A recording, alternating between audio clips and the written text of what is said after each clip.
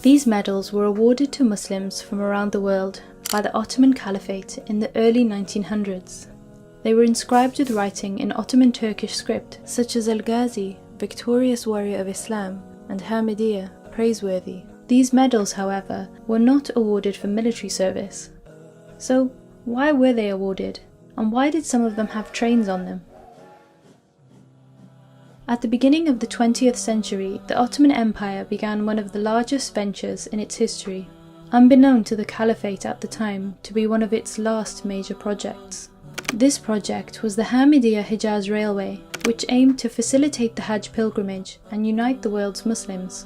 The train line, which was ordered by Sultan Abdul Hamid II in 1900, connected Damascus to Medina and cut the time of the once perilous journey from 40 days to just 3.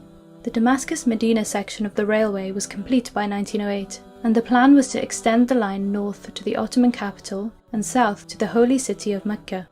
But the railway's importance to Muslims didn't end there. Apart from funding from the Ottoman state, the rest of the project was financed entirely by donations from the Ummah, and so the route was considered a waqf, or an asset that belonged to all Muslims.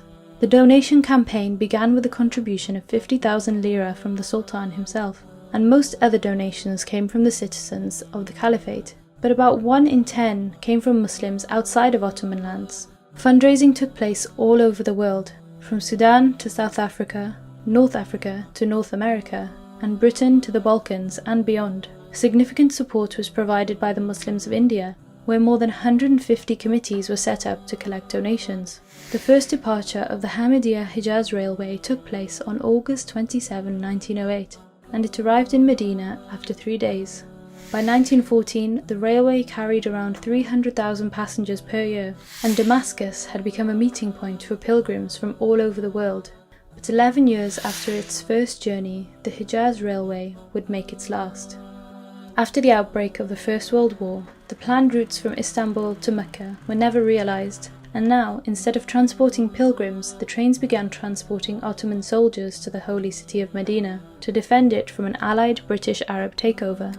The alliance, assisted by T.E. Lawrence, had captured Mecca, but soldiers led by Fakhreddin Pasha held on to the besieged city of Medina even after the Ottoman surrender and the end of the First World War. The last Hejaz train to leave Medina safely transported Islamic relics out of the city before 12 days of looting began when Medina fell on January 10, 1919. In the following years, the former regions of the Ottoman Empire were carved up by Britain and France, and many sections of the tracks fell into a state of disrepair following years of neglected maintenance.